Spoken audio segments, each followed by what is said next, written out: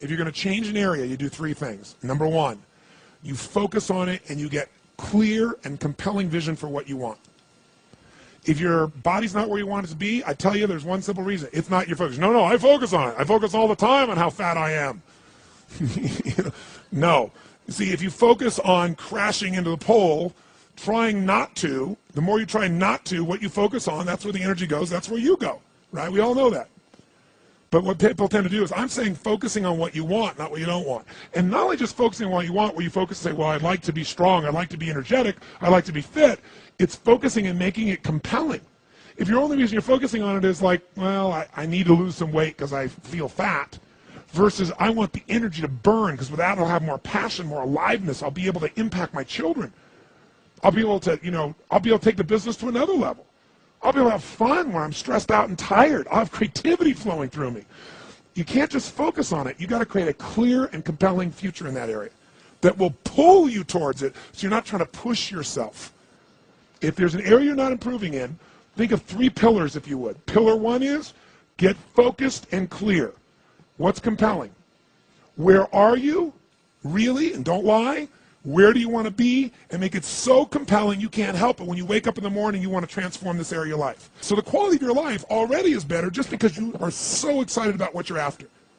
When you do that with your body or your emotions or your finances or time or any other area and you start focusing and you're clear, you're going to have energy. You're going to have drive. You're going to start to do something. How do you make sure what you do really works? You need the second pillar. And think of this as three pillars. Because, two-legged stool is going to fall over. One leg, you can't sustain. Second pillar, you got to get the best. When I say get the best tools. Get the best map. Get the best mentor. What I'm looking for is, it's wonderful that you're focused and clear and excited, but if you're running east looking for a sunset, you got a problem. I don't care how much you believe, I don't care how much enthusiasm you have, you got the wrong tools. You got the wrong strategy. You got the wrong map. And so it's really critical in life, I believe, to get a map and get a mentor. Because the map very often changes, and the best mentor, somebody who's the best at what they do, they know the shortcuts, don't they? Or they know when the roads change. You don't get stuck hanging out, in the desert when you're trying to get to the ocean, metaphorically. So I've always focused on not just finding somebody good, but who's the best at it, who's got the best tools. Think of that first pillar as a target. You're crystal clear on the target. And now you got the toolbox, man. You got the best tools, not rinky-dink tools, the very best. And the way to get the best, by the way, that I've done it is model someone who's already successful. All the tools I've come up with, some I've obviously created, but the foundation came by standing on the shoulders of other giants. I went out and found somebody that's already got the result. Why reinvent the wheel? Success leaves clues. Find the best, figure out what they're doing, do that. Alter it, find your view of it, but start with what already is working rather than starting from scratch and trial and error.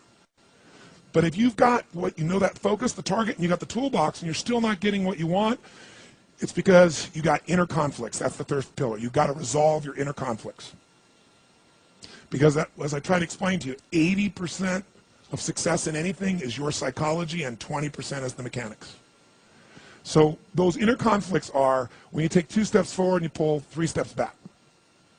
Right? When you say, boy, I'm totally committed to this, but you don't follow through. This is my expertise, the why guy part. Why? Why do you keep saying you want this? You have crystal clarity, you have the tools, and you're still not getting it? There's a conflict in you. You want to be totally successful, but you're afraid at some level that if you are totally successful, you will not be loved. You'll be rejected. You want to be in a position where you have total free time and you want to build a billion-dollar enterprise. These are conflicts. You really, truly know you got the tools and talents to make this happen, but a part of you doesn't think you deserve to succeed because of something you did at some point in your life or something you made up. Or you think making money or being successful economically is not spiritual. And you're committed to being spiritual, and yet the other part of you, it's the inner conflicts between fighting parts. So what do we do in this third pillar? Think of it as a vault we got to unlock. Think of it as unlock and unleash. That's the third pillar. The way you unlock and unleash is you identify the conflicts. You get clear what they are. So you may have total clarity, even the tools, but how can you totally unleash and commit when you're being pulled in 2 different directions? You say, Tony, how do I solve that? There isn't one way. You've got to get clear about what's most important to you today, not what you think you should do based on an old blueprint, an old belief system, your parents, society, your friends. Otherwise, you'll succeed and not be fulfilled. So once you identify the conflicts, now what you got to do is align. Align your life with what you really value. Align your life with what is most important to you. And then once you are in a position where you're aligned, guess what you'll do? Take action. You won't have to work at it. When everything's in alignment, there's nothing pulling you away, boom, you go for it. But when you say, I want a relationship, but at the same time, simultaneously, I want to be in a position where, I never have to, I only get what I want every moment, or I never have to commit to anything, then obviously you're never going to get there. That inner conflict must be resolved. Once you align and you take action, guess what's going to happen? You're going to achieve. And once you achieve, you succeed. When you succeed, I'll tell you what you got to add to it.